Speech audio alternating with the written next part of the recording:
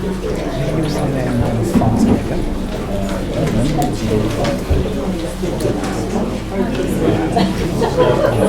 welcome everybody to the special council meeting. Tonight, the topic on the agenda is the Men's Shed project. But before we start, as always, I'd like to just acknowledge the traditional owners of the land on which we meet, the Whadjuk people of the Noongar Nation. The town was founded on the Whadjuk land, and the Noongar people continue to play an important part, not only in our history, but also in our present and our future. I would just like to bring to everyone's attention that our meetings are live streamed and recorded. So I imagine that there will be people who would wish to speak tonight or ask questions. So just to make you aware that that will be broadcast publicly on the internet. And we do that in the interest of trying to provide greater access to our community so that they can have greater involvement and understanding of what's happening in our town. Many of you would have come along a bit earlier this evening to the Men's Shed site on May Holman Drive.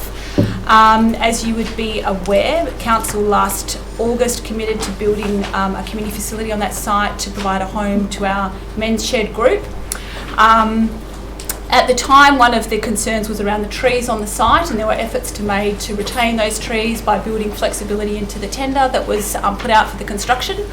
Unfortunately, there were no responses that allowed the trees to be accommodated, but now there have been concerns raised again, and our staff have attempted to have a look at whether there are other possibilities that may still meet the needs of our Men's Shed group, but also better reflect the community and council's value around trees and sustainability.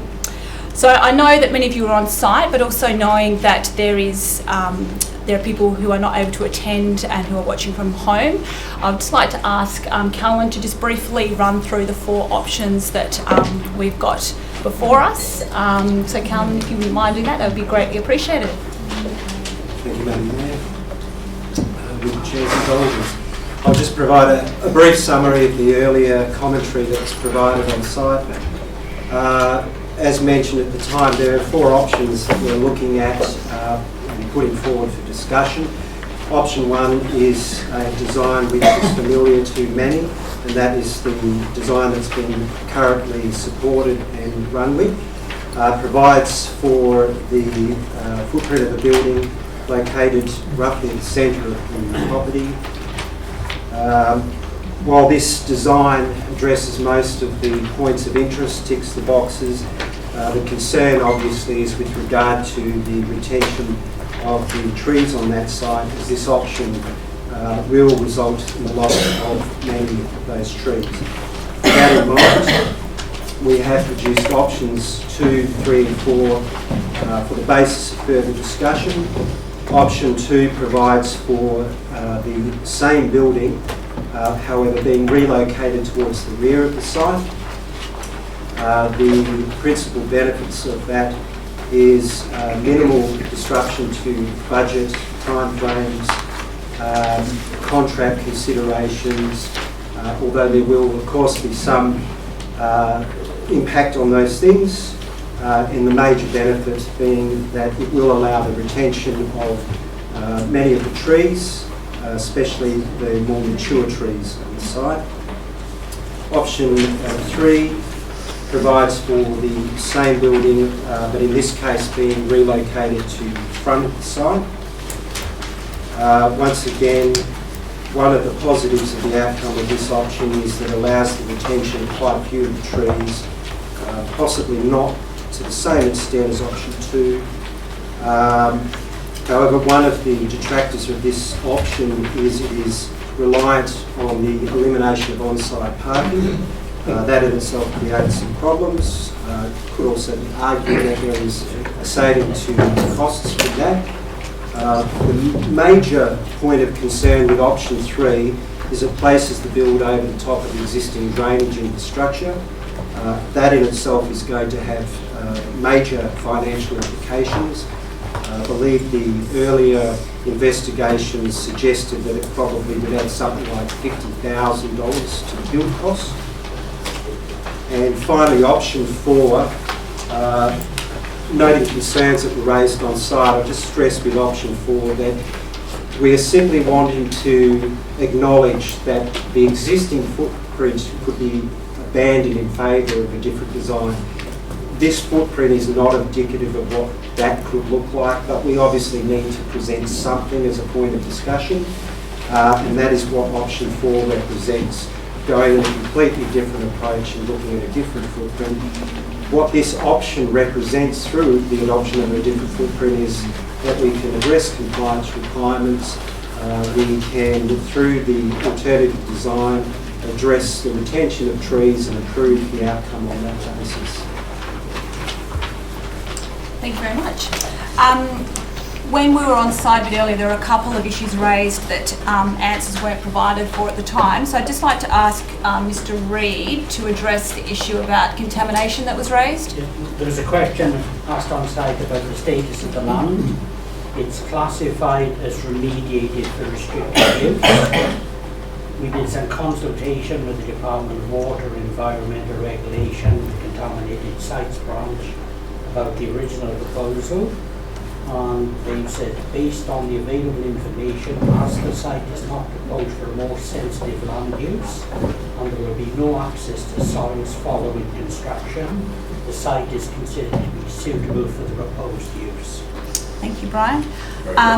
And then the other issue raised was about safety of the trees that potentially would be retained on the site. And I think Mr. Phil Adams, if you're able to address that, that would be great. Thanks for that. Through the Chair, the question that was raised about the safety on site due to the large trees, this safety will be addressed through the construction and certification process with the engineers, and will also ensure ongoing safety of the area through regular inspections of the trees ongoing. Thank you. Well, that doesn't answer it.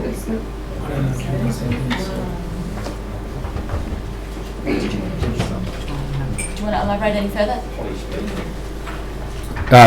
Well, through the building process, the building certifier and the structural engineer will make an assessment of the trees, will make an assessment of the building in relation to the trees, and then we'll get an arborist to come in and have a look at the trees and ensure that what measures need to be taken to ensure there won't be any safety issues in and around the trees will be undertaken. Does that answer the question? All right. Now we'll move on to our public question time. So this is the opportunity for any of you that have questions, particularly to ask our staff about any of the proposals or the recommendation that's on the council agenda. If you wish to just make a statement about your position and what you think about this project, just hold off, because we'll have all the questions dealt with first, and then you'll have time to make a statement later. So you can do both if you wish. So for those of you who might not be as familiar with the process, if you would like to ask a question, if you can just raise your hand and I'll make sure you all get an opportunity to speak. I'd ask you to come to the microphone so that everybody can hear you, and also so that it's recorded and others can hear what's been asked. We'll limit it to 2 minutes per person to start with, just to make sure that everybody has the ability to ask questions, and if time allows, by all means you can come back at the end and ask any additional questions. So is there anybody who would like to start? Mr. Bridges and then Ms. Bremer. Paul Bridges, West Road. My question is about option 3. Now it's put on the table, but there is the drain underneath the building, and you've referred to, it might cost 50,000. Would that be to realign that drain, or? That's the question. Thank you. Mr. Adams? Thanks for that. Yeah, through the Chair, we have an estimate to realign the drain of approximately $50,000. So, is it at all possible to build over the drain, given that most failures of underground services are created by people digging down or boring or whatever? If there's a flat concrete slat, if there's sand fill and a flat concrete pad, that's hardly likely to be interfered with and it's protected. Is there any way that you can actually build over that drain, and then if a problem occurs, as unlikely as it might be, then you would provide an alternate drain? Thanks. So the question is it possible to build over that drain? It's not normal practice, and it's not recommended. But what you're saying is in the realm of possibility that one could undertake an assessment. That stormwater pipe is a significant stormwater pipe and feeds a significantly large area, and obviously that's the end point of it coming down into the soak well. So it is a significant pipe. If it ever needed upgrading or repair works, would be significant works which would then require the building to be substantially... You just re-divert it around the building, surely. You can with water. Do you have another question? You've done your best to answer the question. Thank you. Ms Bremer. Jane Bremer from 7th Avenue, Bassendean. I have some follow-up questions about contamination. This is a classified remediated with restricted use. So my question is there a caveat on the title? Do the new owners, are they fully aware of that? Is the contaminated site bounded by any other contaminated sites? Are adjoining properties contaminated, and if so, is there an ongoing source of contamination for this site? And do the new owners of the property understand fully the implications of contaminated sites and what those restricted uses mean? Put a few questions in a row there. Mr Reid? The site is no orphan. It's the whole of stage 1 of Tonkin Park, the industrial area. Each of those are the same. They're all remediated for restricted use. There is a memorial on the title stating that the land is contaminated. Can I ask why it was remediated? Why was that particular bit of land remediated? Because there's obviously not a project there. Why was it remediated? It was done as part of the, I can only describe it as stage 1 of Tonkin Park, where the whole land was contaminated. So it's been remediated, but remediated for restricted use, where it's suitable for industrial development, but not for more intensive. So this piece of land is connected to the industrial Yes. Tonkin Park? Yes. Originally, the lots were created as public open space, that and the Maltese, and subsequently those lots have changed their purpose. So who remediated it then? So one last question, and we'll give someone else the opportunity to ask. I'm not sure of the name of the company. Landcorp. I understand it was Landcorp. Okay, But not the town of Bassendean. Mr Busby. And just to let everybody know, Mr Busby is one of our candidates in the upcoming local government election. Thank you. Just following on from the issue with the drains. The drains, I'm guessing, will be 60 years old plus? No. How old is the drains? I would say that these drains are probably newer. Tonkin Park being there 20-25 years, that infrastructure would have been provided. And the material of the drains constructed from? Concrete? Plastics? Just I've got no idea. with so many trees on a site like that, if there's a stormwater drain, if it's been installed correctly, no tree roots are going to get in. If it's an old drain and it gets a few tree roots in it and bits and pieces, is the drain in good condition? Because there was discussion about the drain being a significant cost. If the drain's in good condition, great. Mr Busby, is there a question about the drain that you've got? Well, I'm asking what the drain's made of, because if it's in water charged ground and there's plenty of trees around, trees go in where there's water. So you may have some issues with the trees that you don't know about yet with the tree roots. So all I'm doing is the drains, because there's been an indication of significant costs of the drains staying or moving or whatever. It's just want to know if they're in good condition. That it's constructed of concrete. Thank you. That's good. Further questions?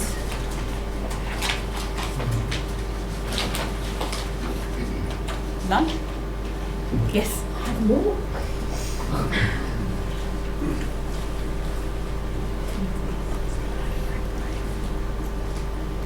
Linda Stewart, Briggs Street. I would just like to ask that none of the trees be chopped down while the magpies and other birds are nesting. I'm not sure why this is being done in the spring, but if we can identify the trees that have nests in them and then leave them until nesting season is over. I would like that very much. Thank you. I think that's probably more make your statement about what you'd like, so I'm not sure we can give an answer Well, I was to that, but asking thank if you you. could leave the trees for a while. I can just advise that we actually have arranged a fauna review of the site to actually identify what birds are on site in which trees and which ones might be affected. Where it's possible, birds or any other fauna, bandicoots, etc., are relocated. Obviously, magpies are territorial creatures, so that's a different issue. But depending upon which option, we will certainly examine what fauna is impacted. Thank you. Were there more questions? Yes.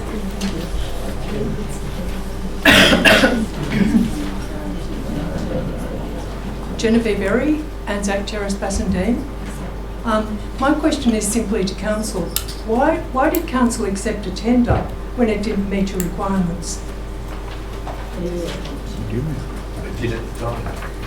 Did it? Hold on. Point of order. Hold Could on. we please have the answers from our Yes. elected? So our CEO can answer that question for us. It did meet the requirements. We did actually provide flexibility within the tender for the respondents to also come up with alternate configurations if trees could be preserved. Unfortunately, the market didn't respond accordingly, and I think most of the respondents just were keen to comply. So that was the outcome that we received. Okay, so you really didn't specify that you wanted the trees retained in the tender documentation?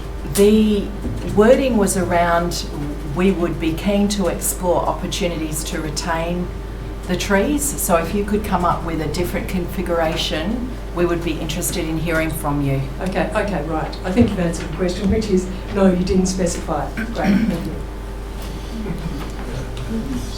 Other questions?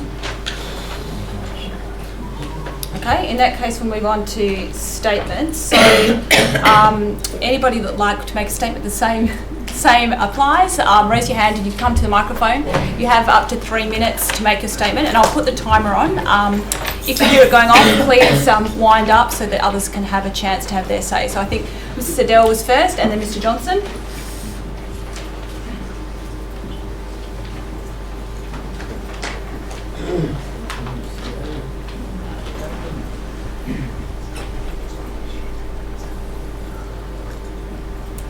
I'm Carol Seidel from 55 Broadway, Bassendean. So this is my statement.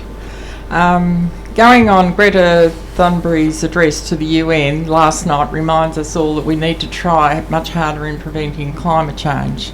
So I would like to see this council try harder in saving more trees on the Men's Shed site so future generations know that this council was serious about saving our trees and preserving the environment that we live in.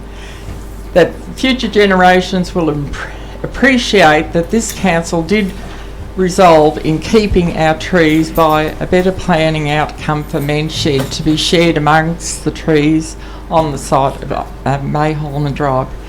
We only get one chance to save the environment. Let's make sure that we try harder in preventing climate change within the whole community at large here in the town of Bassendean. Thank you. Thank you. Mr. Johnson.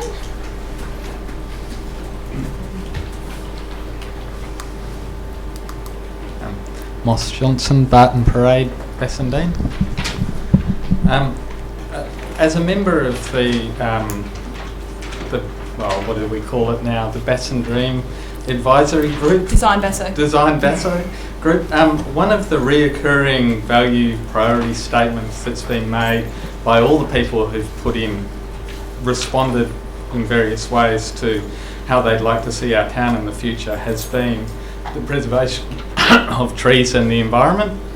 And there's very few opportunities within which, as a town, we have the power to do this.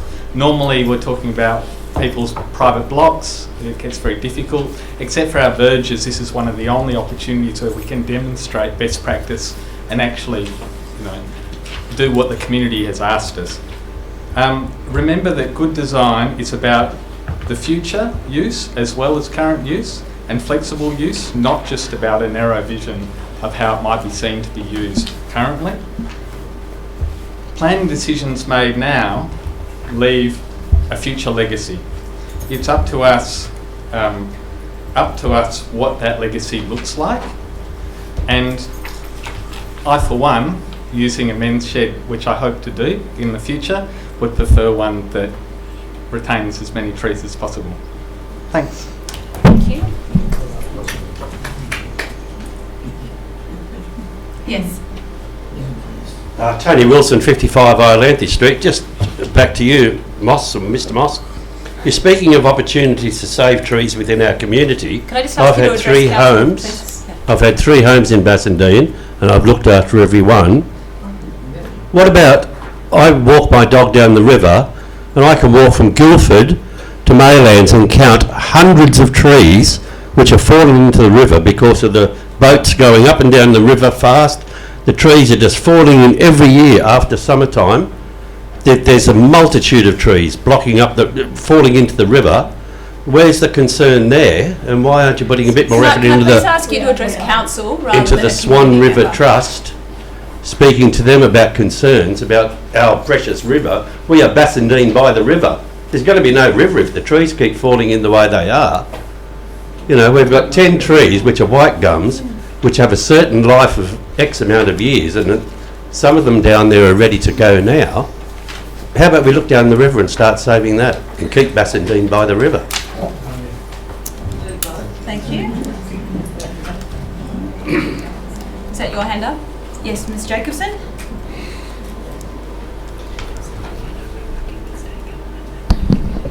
Nonnie Jacobson, Barton Parade, Bassendean. I just would like to just bring up trees again. It is possible to do both, as was suggested from the floor, to save the trees by the river and in blocks of land that the town own. Just to allay the fears of people who might be concerned about trees dropping bits and pieces onto cars or each other or whatever.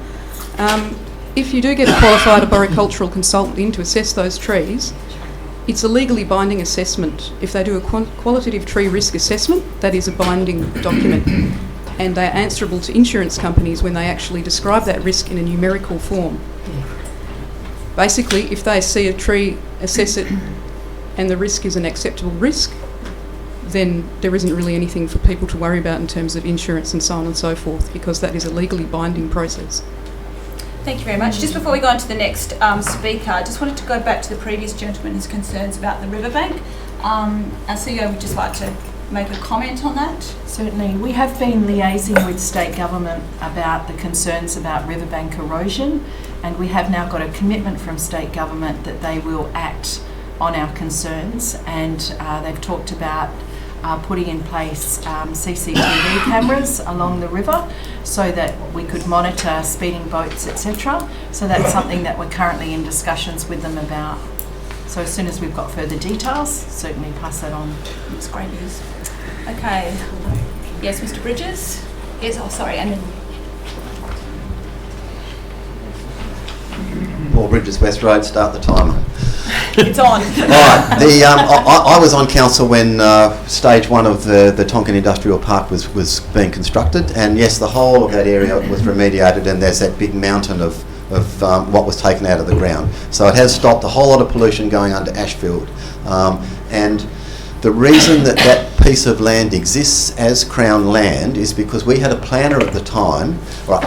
If you subdivide a residential area of more than 10 houses, you've got to provide 10% of that area as public open space. In an industrial area, you don't have to do that. Our planner at the day arm wrestled with North Corp and got 5% public open space. That's why it's there today. It's good planning.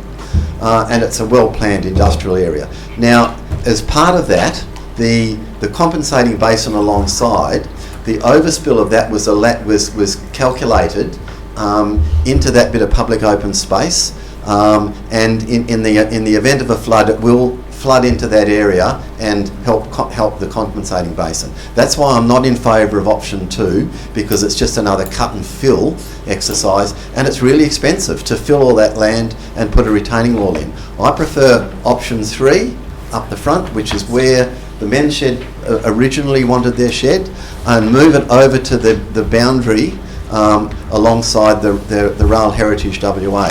Now, as I understand it, that bit of land that was set aside for Rail Heritage WA was a battle axe subdivision, which put a driveway down the west side, and then the substantive bit of land at the back, and that was to retain the overspill for the compensating basin. So it's not a good idea to fill that. I really think that you should be pursuing the option of being able to build over the drain.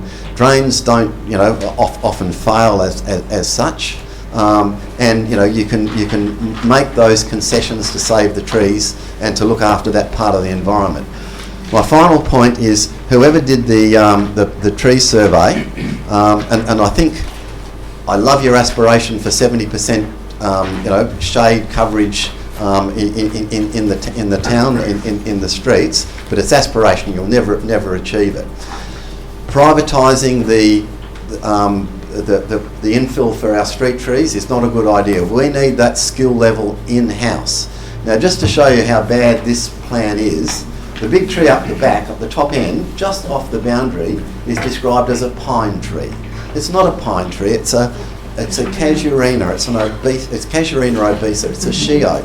So we need that level of skill in-house, not just running off to consultants and paying big figures for stuff that is inaccurate. That's the end of my statement. Well timed. Spot on time. Yes.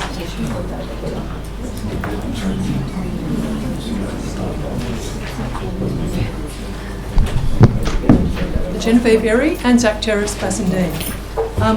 I think it's high time this council actually developed a fair dinkum tree preservation policy which was enforceable, which includes backyards as well as street trees. The City of Sydney has been doing this since the 1970s. What's wrong with us? And now, their most recent one is I think it's a 2012 one, but the state government in New South Wales also backs it up through planning. It's high time we actually did something like this. Thank you. I'd just like to comment on that because I don't disagree with you at all, but the quotes that you made then about Sydney and New South Wales, they have a different state planning policy where they can protect trees on private property. So our state government hasn't put that in place, so that means that local governments have got, we're very limited in our ability to control trees on private property. So really it's a discussion that needs to be had with the state government. As a local government, we've been talking about what we can put in place to incentivise trees retention on private properties, but without the support of state government legislation, we're very limited in what we are able to do. So that would be a good avenue to pursue. Can I suggest that I think that it will actually take local governments to work with the community to put pressure on state government rather than just individuals within the community. Don't disagree. Don't disagree at all. Yes, and CEO would just like to address one of the issues that you raised, Mr. Bridges. I understand that the description of the tree that you indicated towards the back of the property was actually a description provided by one of the consultants that we engaged, but I can assure you that we'll be using more staff in-house going forward. So, thank you. Mr. Wishart. Rick Wishart, 26 Anzac Terrace, Bassendean. I'm sort of putting on my old council hat with some of this, I think. At the outset, it should be understood that under the new proposal, council will be accepting trees that generally have a poor definition of growth and undetermined fall zones. Now, the arborist was quite definite about fall zones being an absolute requirement for any sort of planning situation. He developed his plan based on taking all the trees out that were there, because on my photographic expedition this afternoon, they are crap. And obviously a new arborist assessment will be needed if there's a new plan. I've not heard of businesses within the industrial area being manipulated in their use of the land to the extent that this men's shed project has been. In this late stage, where approval having been granted previously but by a majority of councillors, there is an impression the general thing that oversight is off the rails. The majority of trees have seen random pruning and branch damage. It makes me wonder why there's such a major change of direction at this stage of the building program. The greater number of proposed trees to be retained lack the desirable qualities as outlined in the arborist report, and he's quite definite about what we should have. Most have major structural defects and or grown at an alarming angle that is way off encompassing future safety and drop zone awareness. Leaving existing trees on site is in itself a signature of ugliness for our future legacy, and in positions that on the whole are not going to allow reasonable parking or fit for use on-site facility. And there's a lot of work being put into what we need and what we don't need. Required levelling and filling of the site would require removal of more trees likely to fail under the new site zone and others covered by earth to an undesirable amount, which would make them rot, which would lead to future tree structural and growth damage. Relocating the building to another forward site position shows a poor understanding of the need for open frontal parking and the need for heavy equipment manoeuvring on the site from both sides. Side entry for heavy loads is an essential part of the man shed future needs and is essential to be built into the plan. The revised plan dismisses that requirement by its placement and its north-south positioning. Outside areas for recreation and entertaining is hardly desirable in an open frontage close to the roadway. Finally, it could be seen that this sort of delaying manoeuvre over an issue that was decided by a majority council vote earlier amounts to a backward step after 11 plus years of minimal action by this council. Thank you. Thank you. I'd just like to correct one of the points you made. I'm not sure if you're at the site visit, but there hasn't actually been a delay in the process as a result of looking at these options, and that's been one of the considerations. And I just wanted to ask you, what report are you referring to then? The arborist report. Which one was that though? Where did you get that? That's about June 16th or thereabouts.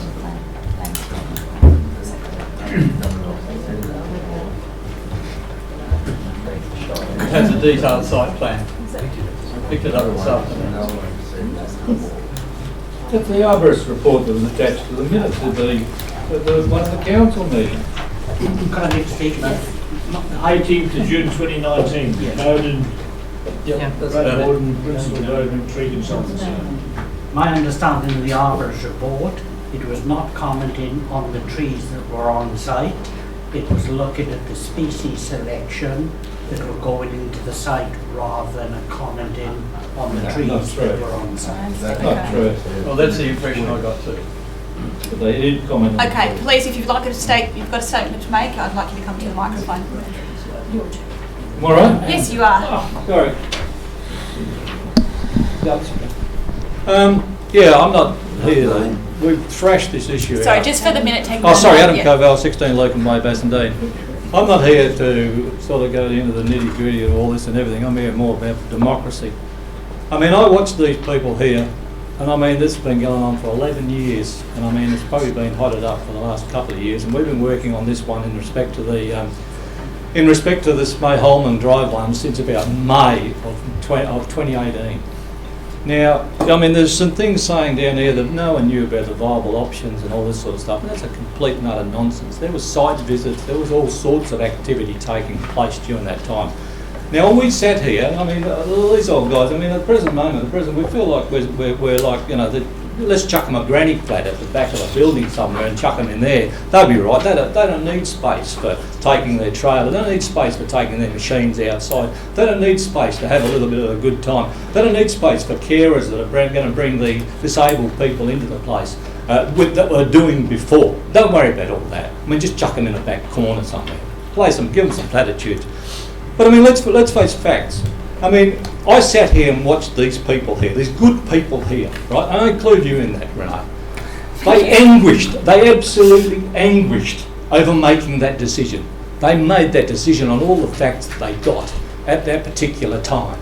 And I saw Sarah cry, and I sat up here, I'm just about crying now, because I wanted to go down there and give her a cuddle, right? And she stood up and made the decision, and she knew the decision she was making wasn't going to make people happy in respect to that some of those trees had to go. I mean, we've got nothing against trees. I've spent an entire lifetime trying to save something, right? That's me. There's my wife over there. She was with me. My kids have missed out on all sorts of things because we were going around trying to save something. We've got nothing against trees. And we've already put forward a proposition in actual fact that we will do everything possible to put back gardens and trees. We've got guys there who are gardeners. They actually want to put in gardens. We want to try and develop the site alongside it as a beautiful area. And we've actually assigned a chap who's actually going down the path to, in actual fact, try and make that a beautiful place alongside. So maybe some of the grandkids or great-grandkids in my situation can come down there and also have a look at that as well. So, I mean, we're in this situation now. I mean, we expect, a democratic process that was what? It was I think it was a 5-1 at that particular time, was made here under great duress. And I mean, here we are, back again, kicking all these poor people in the guts. I mean, honestly, I don't know where this council comes from. I mean, we need a facility that can be used by everyone. And I mean, the diverse things that have to happen in that men's shed, and we got one chance of getting it, because I think these guys here are just about at their wits' end. We saw light at the end of the tunnel, the light's gone. Oh, so sorry about that, but I mean, all we do is employ with you. We've gone down a long road to get to where we are. I mean, for God's sake, stand up and be counted and keep the decision that's already been in place.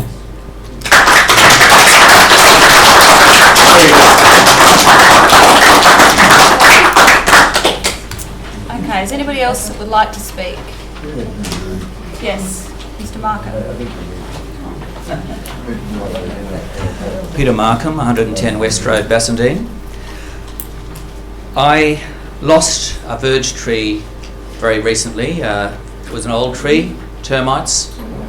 I've just planted a new tree, a flooded gum, that one day I hope I'll live long enough to see it reach some form of maturity. It is a faster growing tree.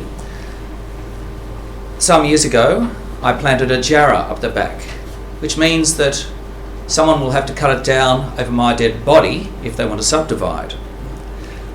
And I will never see that tree grow to its full height. So I'm very keen on planting new trees. Our streets need new trees, and we need to move along that till we have shaded avenues. But more importantly than that, we have to preserve what we've got. I've got an ancient jarrah in front of my house, and that is the most precious thing, and I would fight to the death to protect that tree that is on my land. This area, I mean, we certainly need to have a change in policy, and I guess we should all, council, residents, even the EMRC, if the council can lobby for that, get the state government to change the laws on private land trees. And I would encourage everyone to do that at the council and also through the EMRC. But we can't wait for all these trees that we've planted to grow up. We need something there now. We need to preserve as much as we possibly can. So I strongly urge the council to do the maximum possible to preserve the trees that are in this site. I hope too to one day be using that men's shed. I've got, unfortunately, quite some years before I can afford to retire in the manner to which I'm prepared to become accustomed. But when I do, I would hope that I would be doing that with the men's shed. But in the meantime, we also need to make sure that that shed is something we can all be proud of. That whole development is something we can be proud of because we have done the most possible to preserve the trees in that area. Thank you. Thank you. I saw another hand. Was it yours? Caroline Easton? I'm Caroline Easton, West Road. I don't really want to speak, but I feel I have to, seeing as I feel like I've probably started this. But it's actually my intention to support the men's shed, and I don't see why we have to have a choice between choosing the men's shed or the trees. If it was a sustainable project, which we say that we're in support of, it would actually have both. I'm actually an urban design draftee, and I requested 3 weeks ago to have the plans. I met with Clive Brown. I asked to have the plans so that I could actually give an option. I haven't received any plans, so I haven't looked at them. Then today, 3 hours before the meeting, we finally see the plans, and there's no room for us to then actually have any consideration in what those plans are. There's only those options on the table. I could actually see a couple of different variations of those that would save trees and the footprint and still be on time and on budget, and the men would still get his shed. Tin men shed. Yeah, the tin shed. No, I'm not. Okay, can we keep speaking? How's that? Excuse me, conversation with the council, please. Anyway, it says that in the local planning scheme, it says that there should have been actually an existing, was there a site analysis plan? I don't think I've actually seen any of these plans. A tree plan with all trees above 3 metres, which is significant trees. But I haven't seen any of these plans. It seems like we're actually doing the process back to front and now saying that it's gone this far, and now we're going to do a landscaping plan, and now we're going to do the flora and fauna surveys.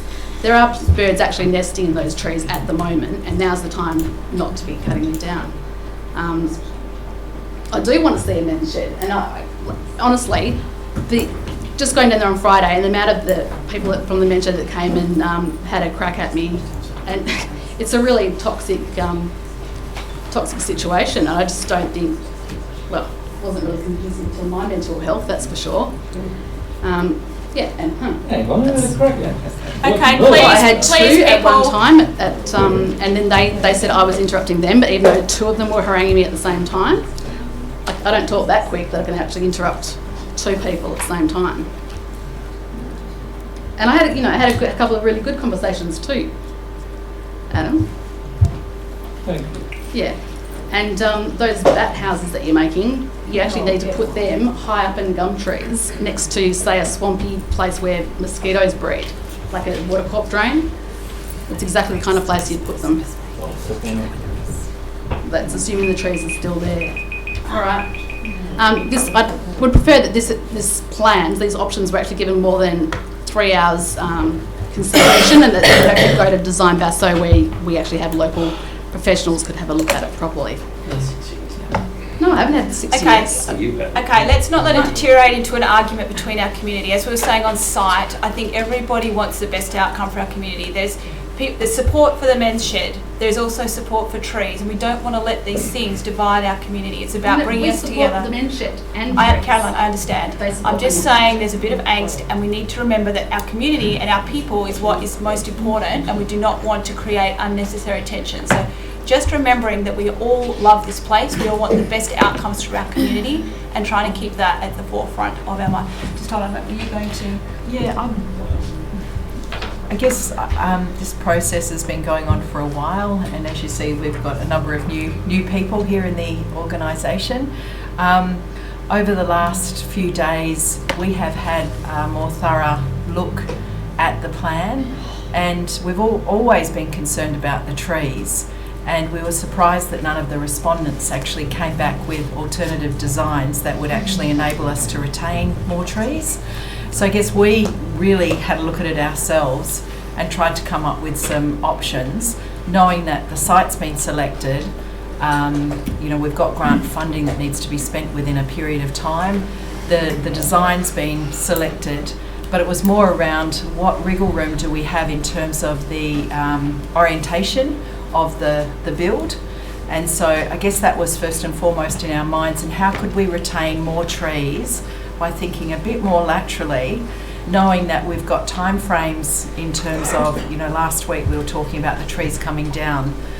So that was a primary consideration. So the staff that you see in front of you are the staff that have been working diligently behind the scenes to try and think laterally about what other options are available before the trees are impacted. So essentially that's what's been happening behind the scenes. Unfortunately, we haven't had, I guess, the experience of the past decade, because most of the people here have sort of started within the last 12 months. So we don't have that historical knowledge, but that's essentially what's happened over the last couple of days. Okay, so anybody else that would like to speak? Yes, Sam.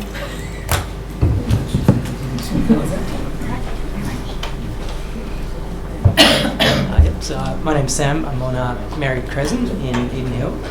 I just wanted to say thanks to the Men's Shed for your patience on this matter.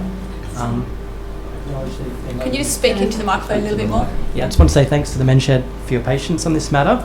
I understand you've been waiting 10 or 11 years for your shed, so I understand you're very keen to get this project underway. I also want to thank the council for the work they put into this project. It seems like a lot of work has gone in, and I just wanted to acknowledge that. My position is that I'm extremely concerned about climate change and how it's going to affect our community and the world in the future. From the options presented, I'm most supportive of option 2 or option 3, but I'll let the council and the men have the final say there, because I'm not an expert on the matter. Thank you. Thank you very much. Your surname's James, isn't it? Yes. Other speakers? Yes.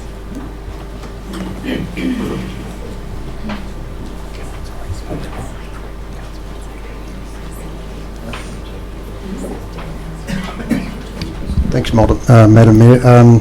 My name is Kevin Crowe from 21 Waratah Road, Morley, so I'm one of the outsiders in this shed.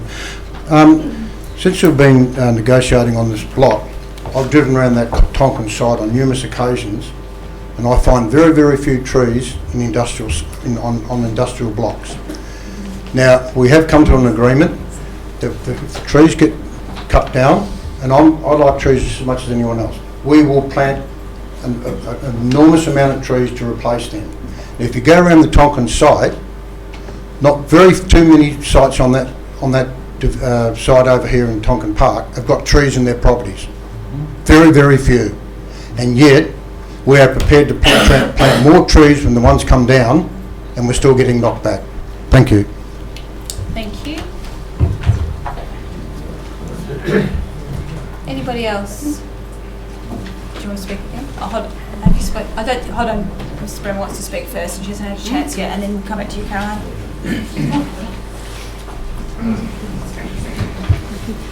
I'd just like to have my comments recorded that I'm raising concerns about the choice of the site being restricted use, and whether full consideration has been given to building something that's so important to the community on a remediated restricted site. That will mean in the future that there may be things that the Men's Shed won't be able to do, or members of our community that won't be able to have uses at this site in the future that perhaps they would like to. So I really want my comments recorded that for such an important community use and purpose, it seems unusual to put it on a contaminated site that has restricted uses. It's certainly not going to be somewhere that you would want to take your grandchildren. Excuse me, everybody.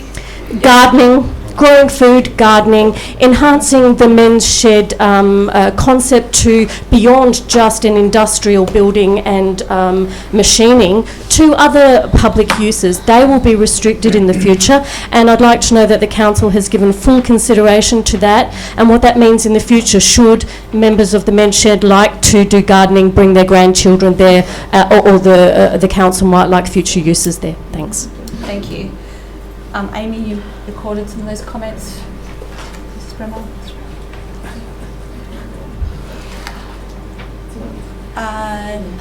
Is there anyone that hasn't spoken yet that would like to? Yes.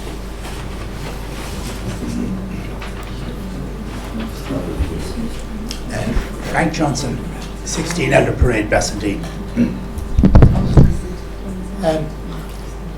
I have been a member of the Men's Shed for close on 6 years. And in those 6 years, we've had to move around the locality like wandering gypsies. Because when the original gentleman, 11 years ago, decided that a men's shed was the way to go for the community, it was a dream. And the dream and the reality are so far apart, 11 years down the track.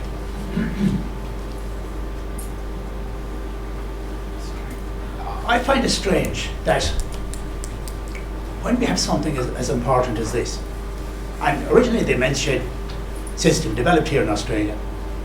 It's rampant in Europe and where I come from in the west of Ireland. But at the moment it's been belted around as a local issue. And I used to work with kids years and years ago when we'd look at a social issue, and it is a social issue, because the men's shed is dealing with social issues.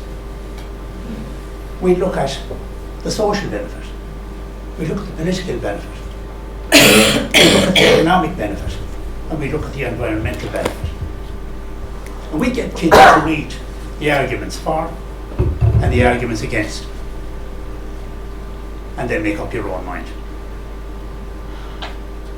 And I think a lot of the people that have spoken out against the trees, I've spent my life teaching SNA, Sarah will remember. And to think that at this stage, trees that have the men's shed, the managing group, have agreed to do whatever the council wants us to do with whatever species they want to replace those trees with. And to take up what some previous speakers have mentioned, we changed the name from the Bassendean Men's Shed to the Bassendean Community Men's Shed. It embraces the whole community, not just the guys here in the black shorts tonight. So I think that, you know, you have to go back to the dream and the reality. Are we going to be back here next week? Blowing hot air, and we'll be here the week after. Blowing hot air, and we'll be here the week after, blowing hot air. And all of the time the cost of the men's shed is increasing. That's all I have to say. Thank you. Thank you.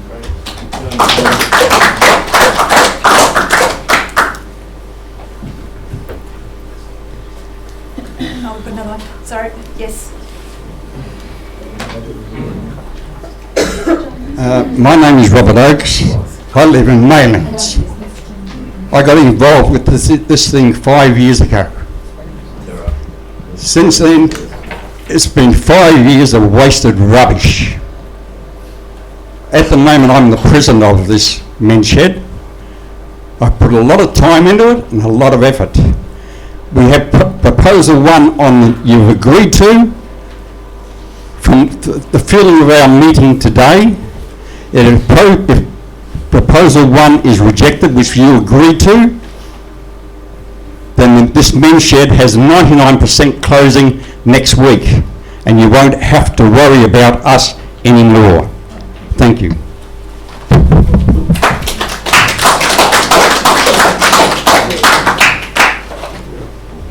Yes, Emily. So everyone, this is Emily Wilding. Emily is another candidate in the upcoming local government election.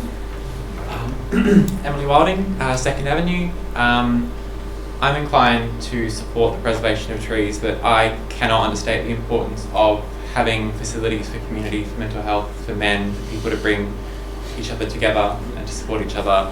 I'd like to echo James, I believe it was, who put forward option 2 as his preferred option. That would be my preferred option as a resident. However, I do agree that the decision would be best left with the council and with the men. Thank you. Thank you. Anybody else? Mr. Richard?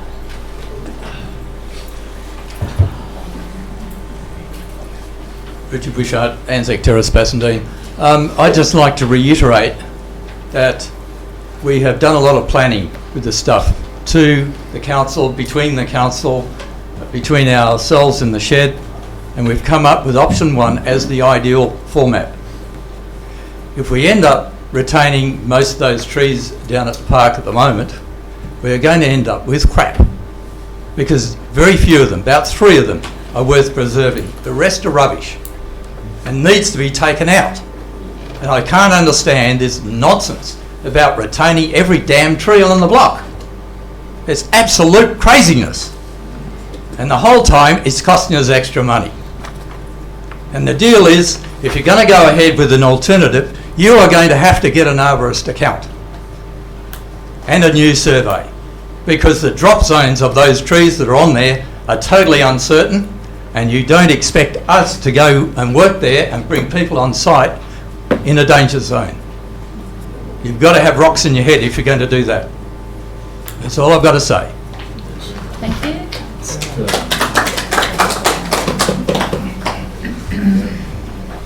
Caroline, did you wish to speak again? We'll make this the last person unless anybody has been very slow in raising their hand. I've actually never made this about trees versus men's shed. I think we can have both, but I don't think this is our best option, and I actually think it's not the best use of our resources and our ratepayers' money. Today, I just did a little bit of Googling. I Googled on the men's shed web page, and there's actually another Bassendean men's shed. Did anyone know that? No, the one in the Uniting Church. Okay, hold on. It's not a conversation amongst all of you. Caroline is speaking to council. The information, Madam Mayor, the password was lost, and we've I think Caroline would be referring to the one at the Baptist Church, is it? Yeah. At Hammer Way. Yeah, there is another one. The Bassendean Community Men's Shed. Okay, excuse me, everybody. Caroline, please and continue. it is in Bassendean, and we're about to spend $170,000 worth of ratepayers' money on a men's shed. That only, and many of these members aren't even from Bassendean. Morley, we've got Morley before. There's Bayswater. He was Brendan was from the Bayswater Club before, and now he's moved over to here. So we're actually spending a lot of our ratepayers' money, and it isn't going to men's health. Honestly, there is a much better way of... everybody. I'm leaving, but don't worry, we're people from outside this, we've made this men's shed something that people from outside want to come to. And yet you come up with that garbage. Okay, hold on, everybody. This Get is out. deteriorating. This is what it was like last Friday. Okay, hold on. When they threatened to come back with Caroline, chainsaws. can you just calm down for a moment? Okay, our community extends beyond those who just live here. People who come and work here, people who come and recreate here, people who have businesses here. Yeah, but this is an electors meeting. I understand what you're saying. This is actually a special council meeting, actually, not an electors meeting. Let's try and keep those relationships protected, okay? So I hear what you're saying. You're saying you weren't against men's shed, you were against losing the trees. So maybe let's keep it on that vein. You've got 1 more minute, I think. Yeah, and we undernight about $90,000 for a green waste bin, which we've put on hold for another year. It's just ridiculous. Anyway, it is, and seriously, the toxic culture that I've experienced from these guys over the last week, it is not good for mental health. Caroline, can I ask you to sit down? And here's an example of the intimidation that I was like, just from a couple of days with them. Caroline, thank you. I'm not a snowflake. I'm not a snowflake at all. Okay, everybody. No. Everybody, I'm going to have to close the meeting unless. Just hold on 2 seconds. Okay, just hold on a moment. Can everybody just try and take a deep breath and remember why we're here again? Okay, it is not helping any of us to fight amongst ourselves. Every person in this room contributes to our community. We don't want to create that division. Now, if you would like to respond, you're welcome. This is the last person to speak, but can I please encourage you to keep the tone positive? I appreciate that. I mean, people need to go back, when, in actual fact, to the proposed amalgamations of councils. At that particular time, there was a shift in the 11-year plan to get a men's shed, and then it was then Bayswater, the Hamwell group and ourselves who got together to try and put forward a men's shed, right? Then what happened was the amalgamations turned the manure, and Bayswater went off on their own, Hamwell Way went off on their own, and we went off on our own. Hamwell Way then joined us, and they're still waiting to rejoin us, because they've got some slightly different things they do over there. They work more with youth, and they want to do more motor maintenance and all those sorts of issues over there, right? So we're still in contact with the Hamwell group, and as soon as the men's shed's up and running, I can guarantee you that all the guys from the Hamwell, and we've had meetings with them, we've been over there, we've had functions with them, all the guys from the Hamwell group will be over at our shed, not a problem.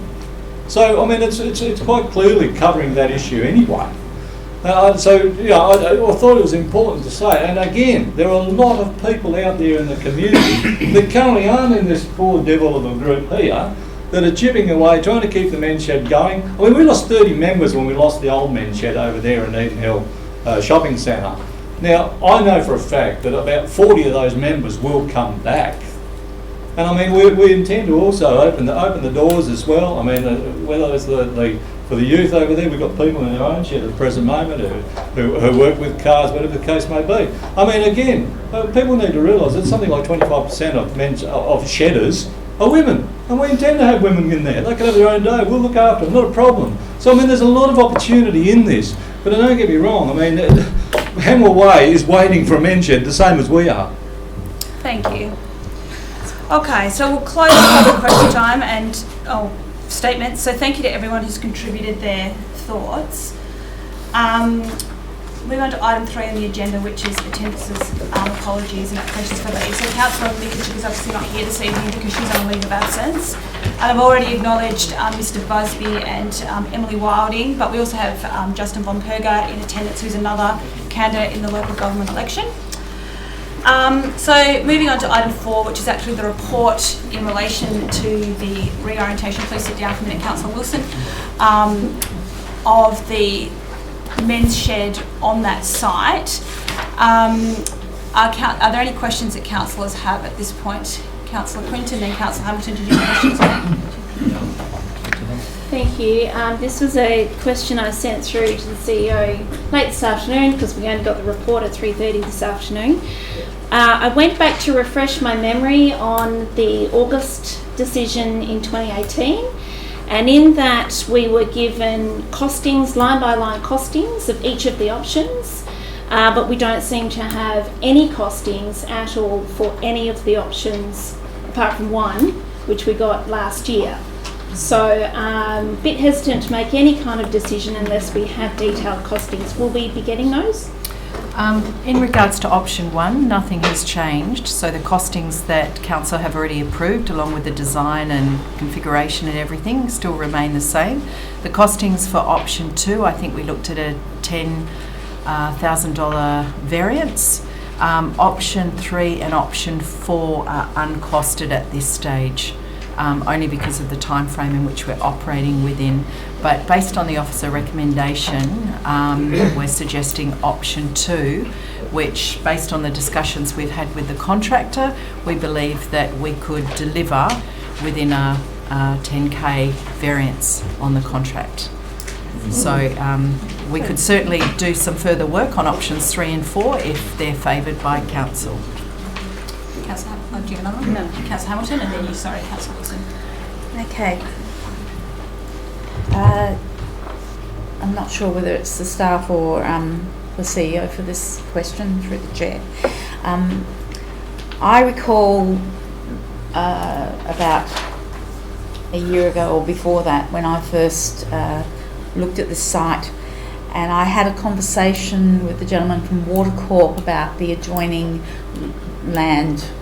And we've obviously got the drain, the open drain, which is fenced, but at the front of that, at the corner of Mayholman and Railway Parade, is a triangular piece of land, which at the time that gentleman said over the phone that Water Corp would be quite open to council putting a car park on that land with another driveway where you could drive in and out from Railway Parade and also have a driveway to Mayholman. Now, my question is, irrespective of what plan is selected tonight, is there the potential for the staff or the administration to follow through on that with Water Corp to see if we can provide additional access to the site, which may well provide better access for vehicles and trailers and trucks that might be loading and unloading?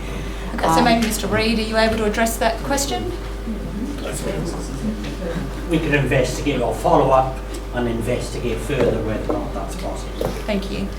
Going further on that, I also recall speaking to our environmental officer about the potential if that stream is turned into a living stream and it needed to have a pollution trap. Would you be able to confirm in your conversation with Water Corp if you proceed down that path? They said that a pollution trap could be put under a car park with no problems whatsoever. So that might also be an option into the future if we're going to actually convert that drain. But would the staff potentially follow up on that as well? Yes. Right, okay. Councillor Wilson. Thank you, Your Worship.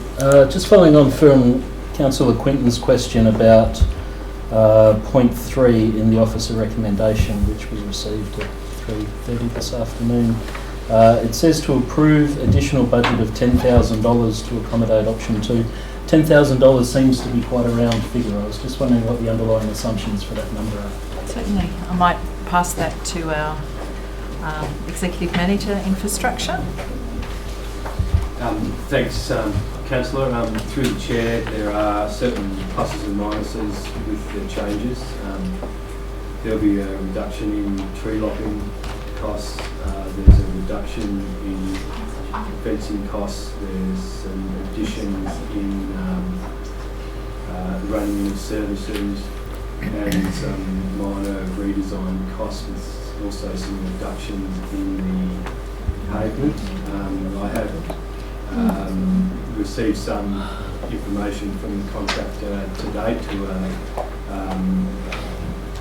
detailing these changes at the moment, and these details will come through shortly, but in the discussions I've had, the $10,000 is a round number, but it is a number with a fair degree of confidence that the contractor is in the same realm as us.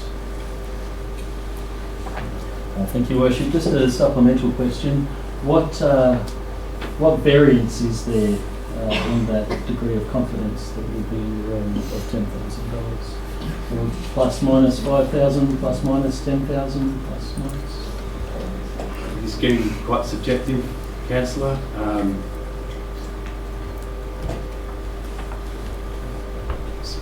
It's difficult to say. The initial estimates. Excuse me, gentlemen. The initial estimates that I've had from the contractor is less than the amount that I've put forward. So I didn't quite hear that. So you're saying the amount that you proposed and the quote you got back from or the indication you got back from the contractor was less than what you had anticipated? Yeah. Thank you. Councillor Hamilton and Councillor Quinton. I note that from earlier discussions with the men's shed in a workshop last year that there was a desire to have a sea container on the site. Now, can I question, and I know that in the current option 1 that was going to be around the rear of the building, can I just ask, in option 2, it looks like you've accommodated that down the end of what would be the driveway. Is that correct? Is that the sea container, that green area? Through the Chair, that's correct. That's an area that we believe that a sea container could be situated on site. Okay. The service, can I follow on? Yeah, can I just ask the members of the community just to remain quiet so that councillors and staff can hear the answers, please?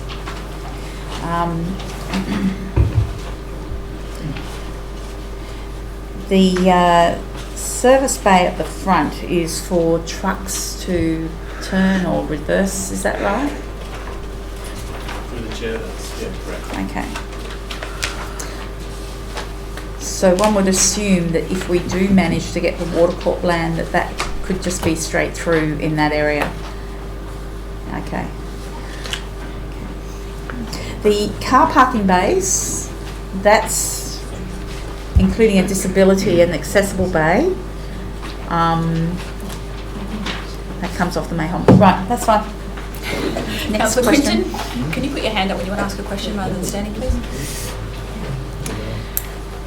Yes, 2 topics. We had some very thorough conversations last time we went through this with the men about storing their trailers, their equipment, and needing access at the back of the block in order to get the car in, to turn it around with a trailer. Doesn't look like there's a lot of room at the back of the building now in order to do that. Was that considered? These were very detailed conversations that we had with the men. That's my first question. Through the Chair, with my colleagues, we've made an assessment of the site and we think there is adequate space to manoeuvre around the site, and you think there's more that can be done as we put the building on the side and enable its development going after that? Thank you. Okay. So the second question I have, we also have very detailed discussions about security fencing because the men wanted to, they have very expensive equipment that they wanted to lock at the back of the block. So just wanted to make sure that those considerations, because we have gone to detailed design on this, I'm sure, that ability is still a function so that the men's tools and very expensive equipment isn't stolen. Yes, thanks, Councillor. Through the chair, we've taken that into consideration. The building envelope is a large envelope, and the site is still a large site that I think can accommodate what they require. Okay. One last question.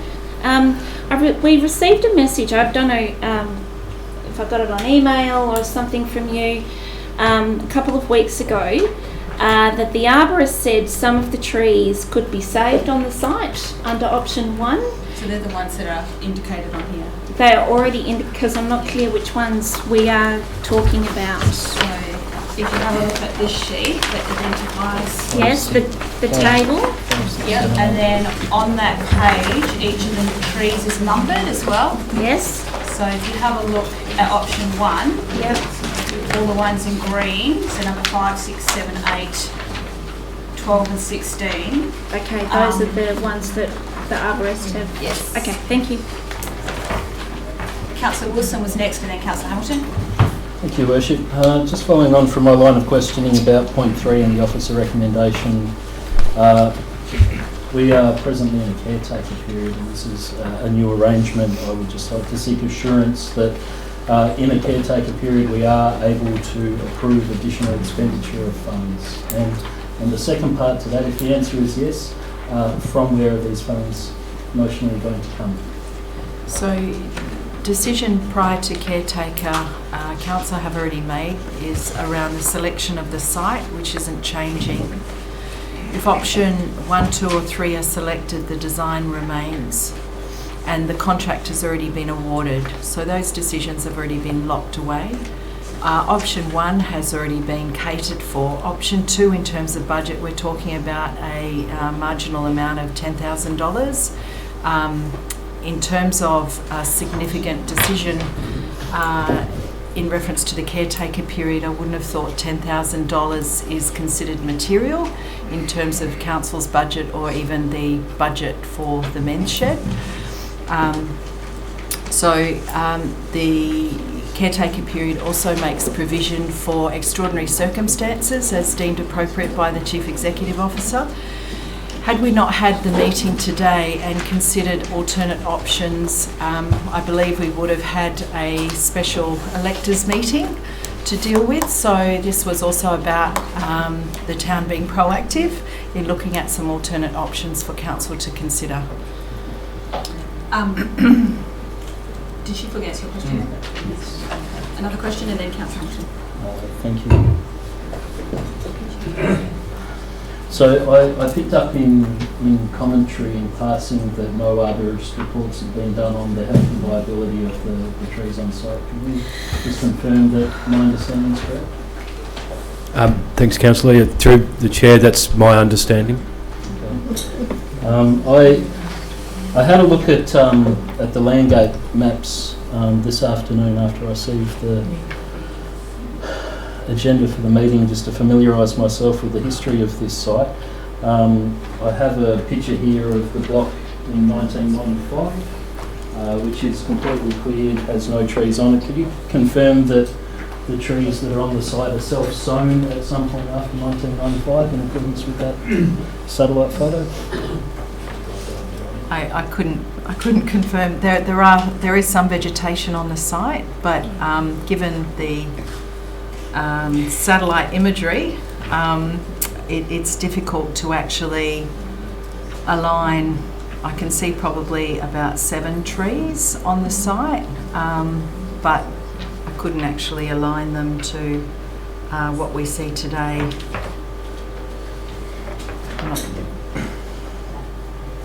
So just going then to the attachment in the documents about which trees would be retained and which trees would be lost under the different scenarios.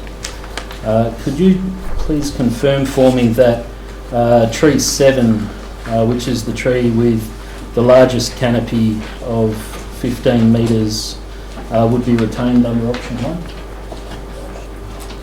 Yes, based on the assessment undertaken, it would be retained. Could you also confirm that tree number 12, which is a 10-metre gum tree with a canopy of 7 metres, would be retained under option 1 but would in fact be lost under option 2?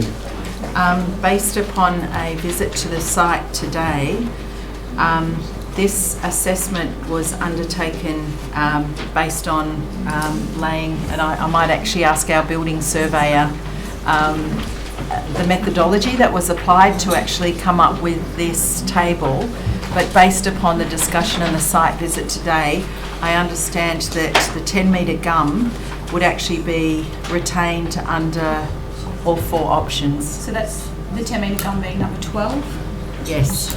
So hold on a moment, is there something that you wanted to respond to? No? So that's confirmed. Last question, and Councillor Hamilton's been waiting. So just to be clear then, the advice that was provided to us at 3:30 this afternoon in relation to the loss of tree 12 under option 2 is no longer good in current advice? Well, I think because of the site visit today, and actually we've also been having discussions around the hard stand and the ability to also use permeable material on the ground, which would obviously be more protective towards tree roots, etc., and also allow moisture to get through the trees. If for those trees that are on the sort of perimeter fringe, there's a greater chance that they would survive. Okay, Councillor Hamilton.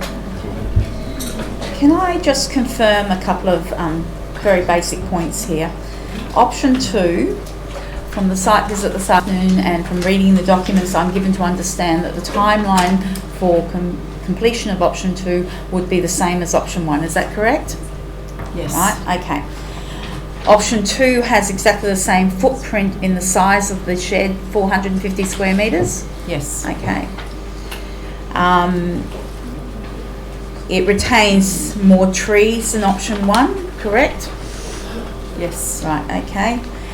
So if we come to the question of the safe parking of trailers and what have you, and bearing in mind that previous in this conversation I've heard about fencing, can I ask, and I'm assuming that the fencing will go across or down both sides and across the back, would that be about right? Yes, yes, that's the case. Parallel to the building footprint, not in front where the car park is. So if that's the case, given that driveway down to where you've located the shipping container, would it not be possible to put a gate at the front of where the shed is so that paraphernalia like trailers could be locked away behind the fencing and behind the gate, parallel to the shed? Through the chair, yeah, that would be possible. Okay. So, so what I'm hearing is that there are solutions to various issues, and I'm assuming that with a variance of $10,000, we can incorporate a gate into that or not?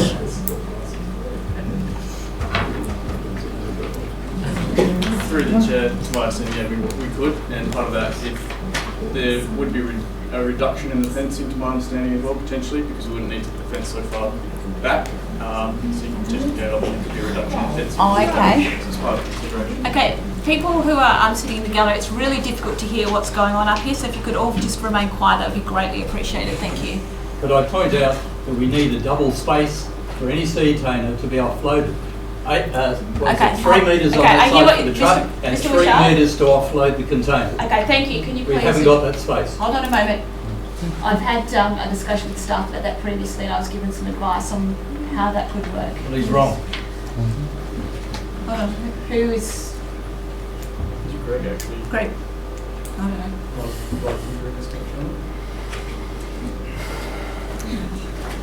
Madam Mayor, can I have another question? Yes, but I'd just like to get an answer to this first. I was under the impression that with the vacant lot next door, it was possible to... I think the only way the sea container can be accommodated is be craned in rather than driven in. Okay, Councillor Hamilton. Okay, going to back to... Excuse me, Councillor. Excuse me, everybody. It's really difficult to hear. I'm going to ask you once more to please just remain quiet so that we can hear what's going on. Councillor Hamilton. Okay, going back to option 1, my recollection, and someone can correct me if I'm wrong, my recollection was that originally there was discussion about siting the sea container at the rear of the block prior to the construction beginning. Now, that was way back, that's over a year ago that conversation happened, but I do recall that conversation happening because one of my first questions was, what is the sea container? And I'm curious now, if a solution could have been found for option 1 for the sea container to go down the rear of the block, what is the difference between finding a solution for option 2? Because the sea container is going to go in there somewhere between the options. Is this who would be best placed to respond to that? Who's leaving? Supposed to be about industrial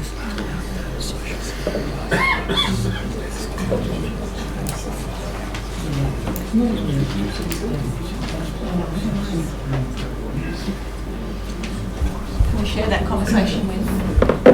So what we just spoke about was for these sorts of storage options, whether it's a sea container or other, these all require planning approval. So whether it's option 1, 2 or another option, planning would need to actually consider the size of the sea container and where on the site it should be located. So there are, I guess, other options available there as well, but it's not actually, the site can accommodate the sea container. Okay. I guess the point I'm making, and I'm looking for feedback from the staff here, in both options, a sea container was to be accommodated on the site.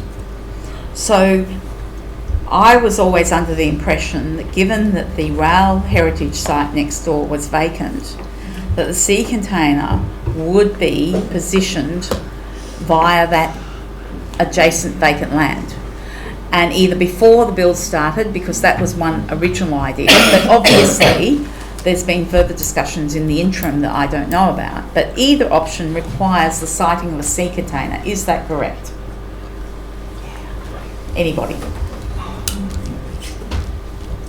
Through the Chair, we do have permission from the neighbours to use their block to access the rear of our block. Okay. For those people who may not know, Greg is one of our staff members who just happens to be sitting on the side. Thank you for that, Mr. Neary. Councillor Gandhi, do you have any I'm a questions? truck driver. No, excuse me. Sorry. Councillor Gandhi, did you have any questions at all? Councillor Brown, do you have any questions? No. Councillor Wilson? Thank you, Your Worship. How many street trees did we plant on the verge outside of the lot this year or the year before? The main on the site? Yes. 5, and there's one missing. So I there's 4 believe there's a couple of fairly new street trees on the verge. Through the Chair, there was street trees planted last year. In terms of the number, I think the lead in the area is correct. I think it was 5. Okay. and one has gone. Okay. Final question, Councillor Wilson. So given that option 2 would save, by my count, 3 6-metre she oaks, a 20-metre gum and a 15-metre gum, but would lose a 10-metre gum that would otherwise be retained in option 1. So I guess what we're talking about here is 5 trees.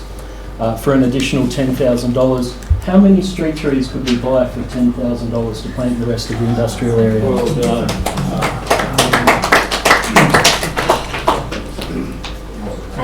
At comparable height and age? So hold on, we're not having a conversation here.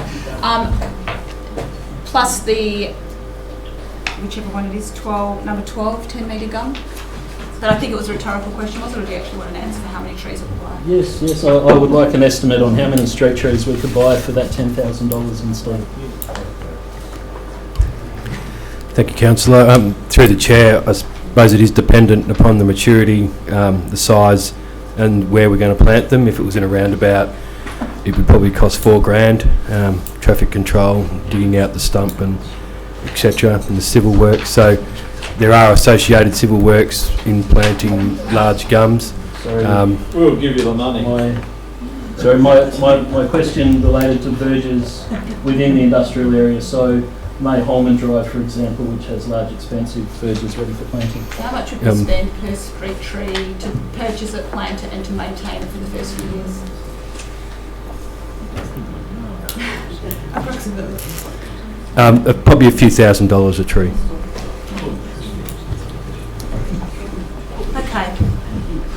Are there any other burning questions that councillors have? Councillor Gangel, are you going to be long? No, very quick.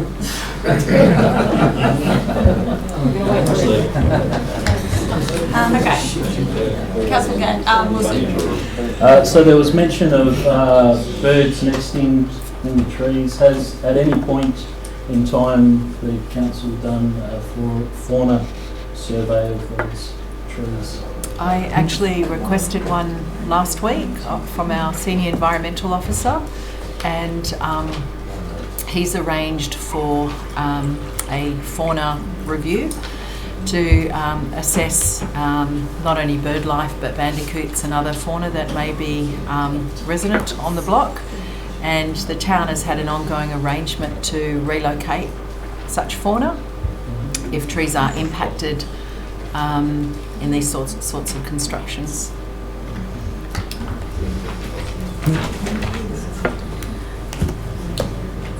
Well, since we're waiting for Councillor Gangel, you can ask your question. Yeah, okay.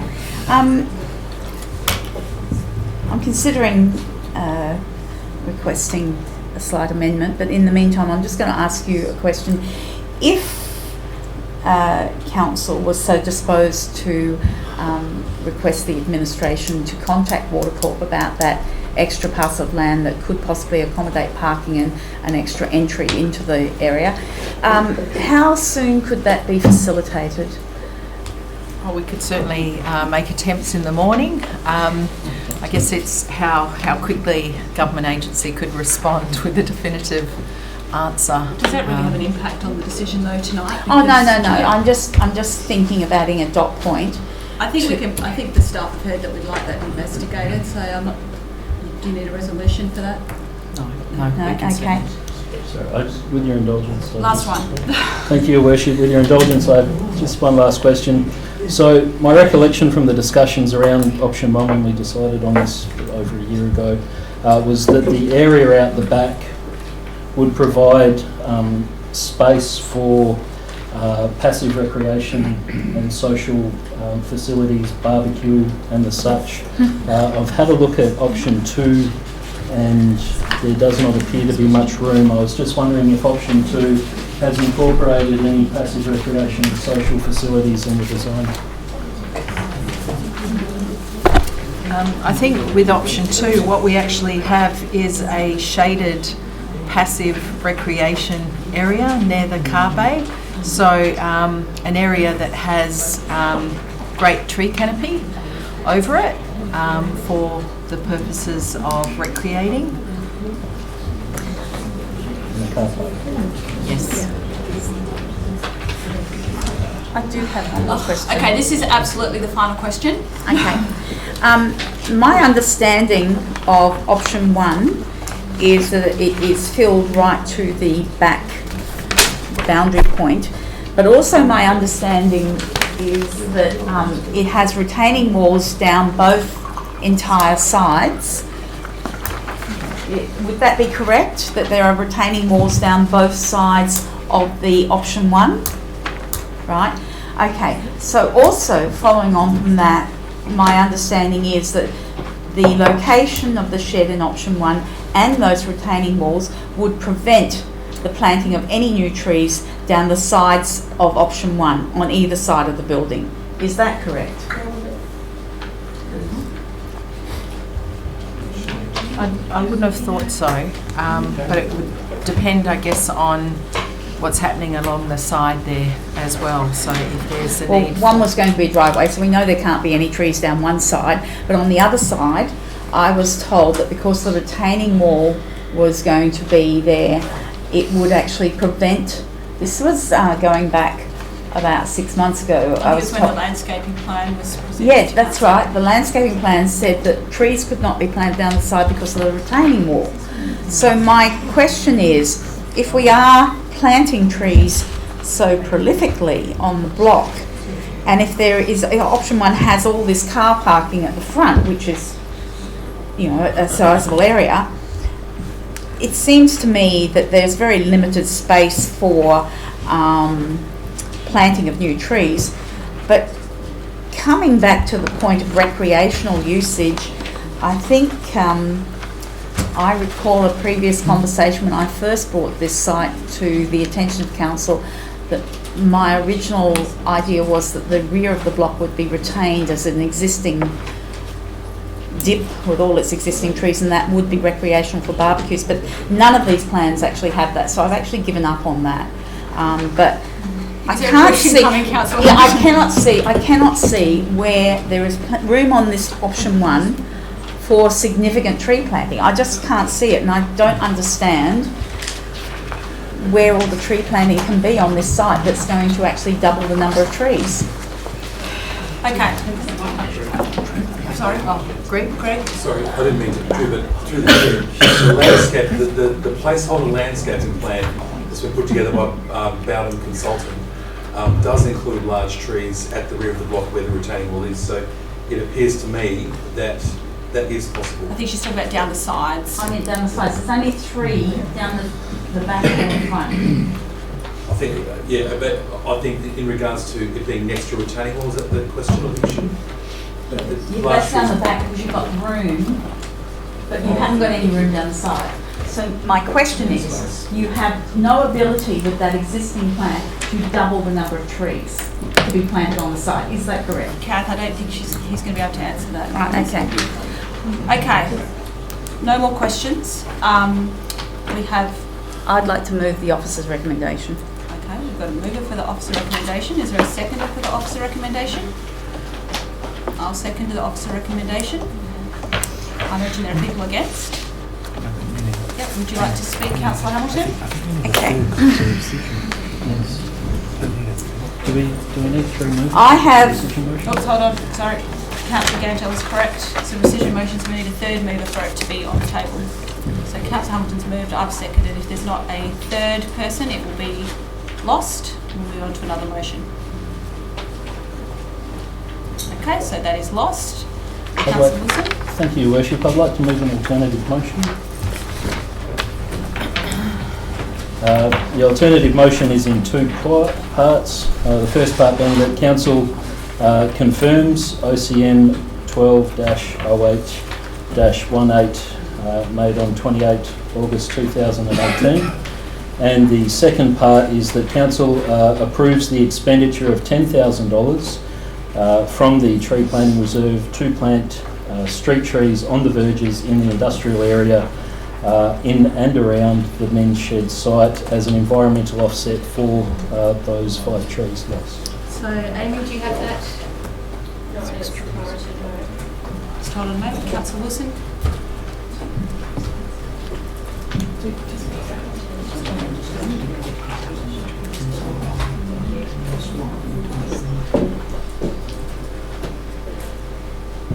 Okay, so you're okay there, Amy? Yeah. So we've got a mover with Councillor Wilson. Is there a seconder? Councillor Quinton. Anybody against? Councillor Hamilton. Councillor Wilson, would you like to open debate? Thank you, Worship. It is wonderful to see so many passionate members of our community here this evening to take part in this decision-making process with us. There's a lot of passion in the room, and I think at times some people might have been speaking at cross purposes, but I think we all want to see a men's shed built. And I think if we go to our town's corporate business plan, which was adopted in 2017 by a previous council, in our strategic priority number 1, which is our social priority number 1, under objective 1.2 we have ensure all community members have the opportunity to be active, to socialise and to be connected. And point 3 under that is to plan and build a men's shed facility. We make this our number 1 priority in our community because whilst trees are very important, people are also important. And the good thing about trees is that they can be replaced with other trees.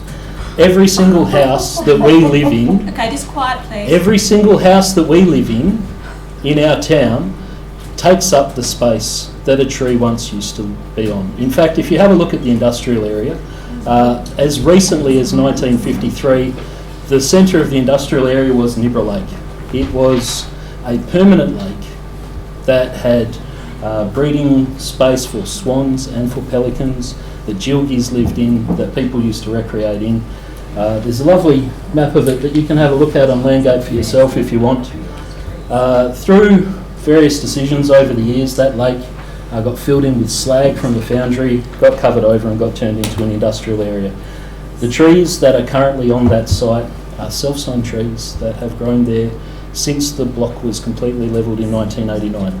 Yes, trees are important, but people are also important. People are also important. And if we can replace those trees with dozens more trees in the adjacent area, we will end up with a better outcome in the future than what we currently have there. I want to see every single tree on that site that is lost replaced 20-fold. I want to see all of the verges in the industrial area turned into an urban forest. And what I am not going to do is countenance any carry-on which suggests that this project should not go ahead because 5 more trees would be lost than option 2. Because we all have to make compromises. The houses that we live in were once forest too. This is not like an urban subdivision of virgin Bankshire woodland that gets clear felled and replaced with a suburban subdivision. This is a heavily impacted site.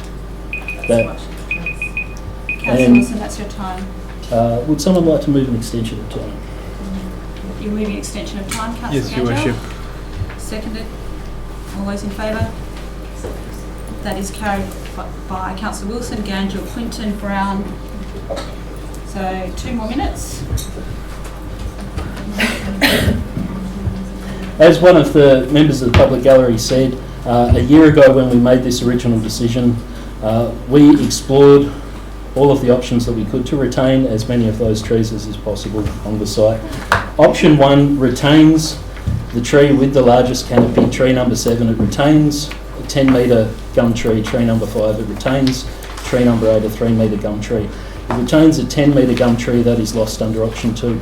None of these options are perfect, but we have the resources, and I hope we have the intent here to create an urban forest in what is currently quite a barren and hot industrial area, and I would ask not just the councils but the community support in making sure that we do make it an urban forest for our future. Thank you. Councillor Quinton. Thank you. Again, I raised to speak about this motion that we had already agreed on 12 months ago. We have already forensically looked at all of the detail, and once again we are here, and that's fine because the community has a right always to have a say and raise their issues. So thank you for doing that. We as councillors, though, are bound by the Local Government Act, and we can only make decisions based on the information that is in front of us. What we don't have in front of us that we had 12 months ago is a detailed costing list of how much option 2 is going to cost. This comes down to a matter of governance. We are making a decision tonight that was the original motion on option 2 based on I think it's going to be $10,000, and I think, I reckon it might be enough room to turn a trailer around. And yes, maybe we, there's a bit of fencing here. No, we don't know. We just don't know. We just don't know how much it's going to cost.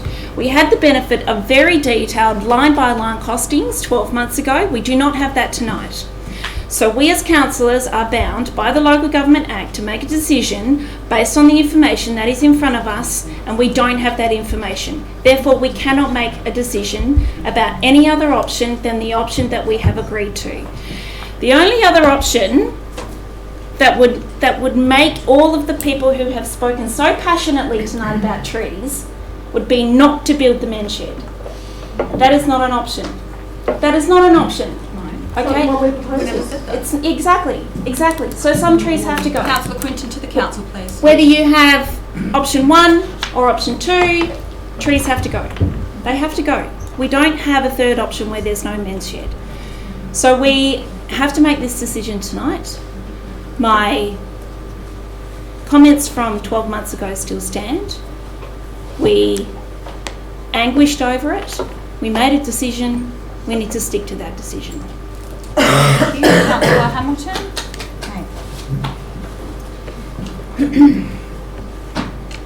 I'm actually really sad.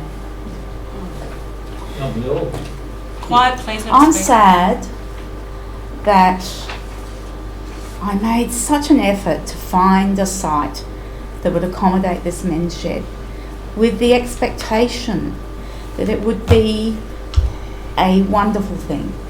I'm sad.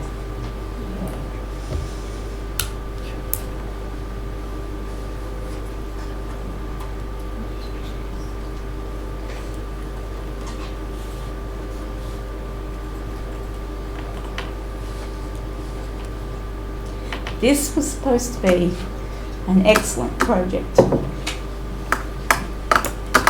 And look at you all. It's woeful. It's woeful, the divisions in this community. It's woeful that people can't work together. It's dreadful. It's unfair. I'm disgusted. I'm disgusted at the lack of compromise. This site could have easily accommodated a men's shed and the trees. Yes, some would have had to go, but there could have been compromise. But there has been so much brick wall happening. No, we can't have this. No, we can't have that. I want this. I want that. Give me a break. Where is the community cohesion here? Where are people working together? I don't want to be working in this council if this is the sort of community that I have to represent.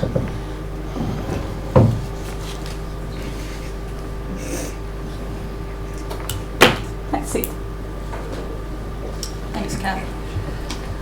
Speaker for the motion, Councillor Ganger. Thank you, Your Worship.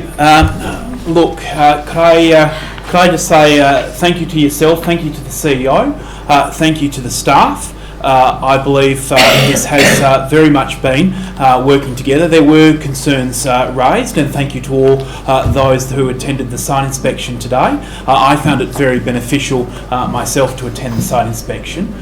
This is very much about the community coming together, hearing out their concerns, and council looking at those issues. At the end of the day, there is, regardless of which option you look at, as Councillor Quinton has quite rightly pointed out, there is a loss of trees on the site. I will back this council till the hilt, till the absolute hilt, with their dedication in relation to trees in this town. Absolute hilt. I have not, and I've been on the council a little while now, I have not seen a council more dedicated to actually preserving trees, to actually replanting trees, to going out there. And when Councillor Wilson talks about the urban forest, I can assure you this council is absolutely dedicated and committed to it. There's somewhere in the proximity of $1 million in the budget for trees through the budget. Councillor Wilson has again, with the amendment, put that we will continue to focus on tree replantings due to the loss of the impact on this site. The men's shed, has been a long-standing commitment. This has not been something that has happened certainly over last year when we've made a decision, we've come back to reanalyse it. This has been a long-standing issue in this community. Obviously, I would have hoped that it would have been sorted years before now. We have gone through every single site you can think of in the town. I'm very grateful that we have now located a site. I am very happy that we have decided on an outcome. And again, I will thank the Mayor and the CEO for their due diligence, bringing the meeting together tonight, bringing up alternative options. But at the end of the day, you need to weigh up what you have presented to you and what the alternatives are. And being on site today, I just couldn't see the alternatives stronger than what we've currently endorsed. But again, I will reiterate to the community, this council, absolutely, I will back it to the hilt, is absolutely 100% committed to trees and growing our canopy and the like. Thank you. Thank you. Me next, then you. Hold on, just let me time myself as well. Thank you.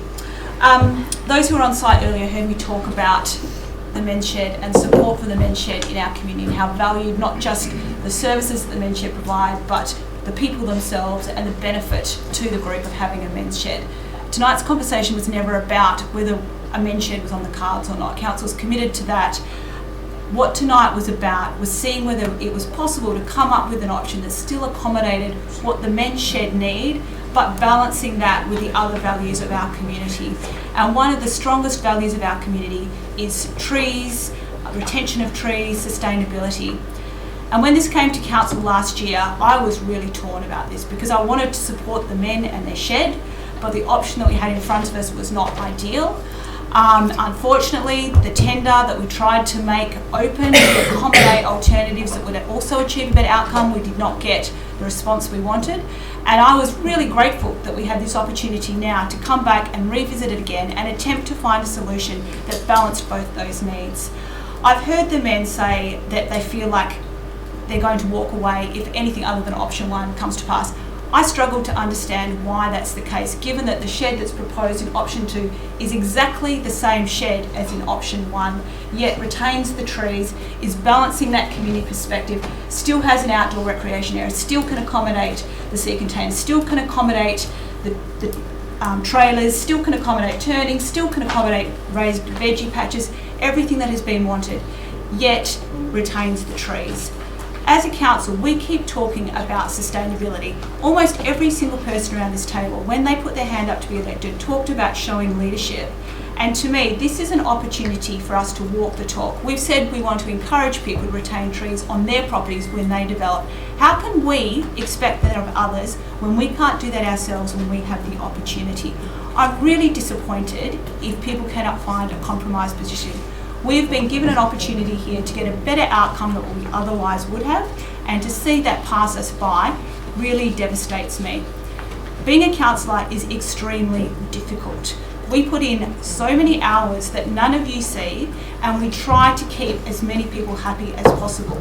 But that involves compromise, and it involves people coming together, not just looking at their interests, but looking at the interests for the whole community. So I am like Catherine Hamilton. I am so extremely disappointed. Yes, we want to plant an urban forest. Yes, we want to have as many trees as possible. But we also want to show leadership about the developments we do and retain all the trees we can on these sites. And I will find it difficult to go to our community and say, you need to retain trees on your property when we can't set that example ourselves.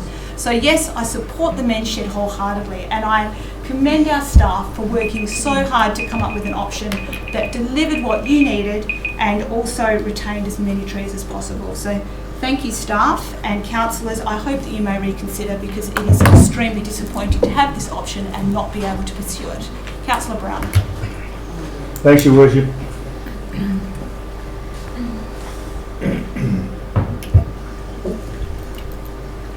Taking a point up from Councillor Wilson, every person here, without fear of contradiction, lives in a home in this municipality that required, in recent history, the removal of native vegetation and indeed magnificent eucalypts.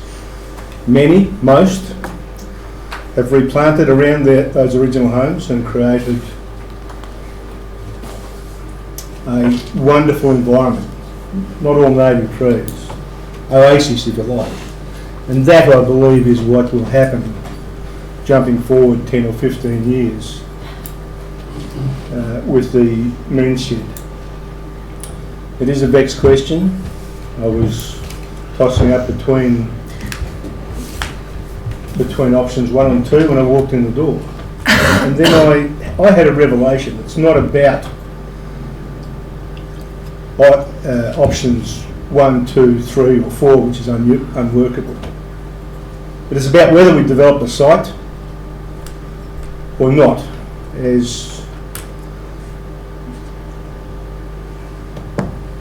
was said earlier, that can be retained as open space. So it's a matter of the 2 questions. Do we develop the site or not? All of the options require the removal of trees. It could almost be seen as hypocritical for those that hold trees sacrosanct to agree to the removal of 1 tree, or 2 trees, or 4 trees, or 5 trees, as it compromises. It could be seen as hypocritical. We either develop it, as we agreed to do, and revegetate, or we keep it as open space. They were the 2 questions on my mind as I walked in today. I believe option 1, as we agreed to, is the one we should abide by, and therefore I would not vote to rescind that motion. Thank you. Thank you, Councillor Wilson. Your right of reply. Thank you, Your Worship. Responding firstly to Councillor Hamilton, this men's shed will be a wonderful thing. This meeting will pass, it will be built, new trees will be planted. The gentleman here will have a place to socialise and recreate and find connection and meaning and purpose in a community of people. Their mental health and their well-being will be greatly improved. So even though the exact option Councillor Hamilton prefers is not coming to pass, it will nevertheless be a wonderful thing. And I'd also like to sincerely thank and acknowledge Councillor Hamilton's consistent commitment to the retention of trees on this site, going back to the initial identification of it as a location. She has been sincere and consistent in that view, albeit a minority view. In responding to Her Worship, she says that it's the same shed, but it is different in a number of respects. For me, most significantly, it is different in the loss of the rear social area, which would have been a gathering place for people to come together. And I think the loss of that rear area would significantly impact on the amenity of the finished shed. It would also see the loss of parking bays and several other things, and most significantly to me, it would still see the loss of a 15 metre gum tree, a 10 metre gum tree, another 10 metre gum tree, another 10 metre gum tree, and another 15 metre gum tree, one of which would be retained under option 1. Neither of these options are perfect, but as I said in the debate over a year ago, I don't want to make the perfect the enemy of the good here. This will be a good outcome. Her Worship also spoke of her disappointment. I too am disappointed. I'm disappointed that over a year after we made this decision, we've been given 2 hours notice for a special meeting and presented with an uncosted plan. And that is not enough for me to rescind the decision that we made in good faith over a year ago. Thank you. Thank you. Okay, so we'll put that to the vote. So all those in favour, Councillor Wilson, Gangel, Quinton and Brown, and against is Councillor Hamilton and McLennan, and that is carried with an absolute majority. So that brings us to the closure of this meeting at 8:55. Councillors now have an ordinary council meeting, but we'll have a break for a few minutes first.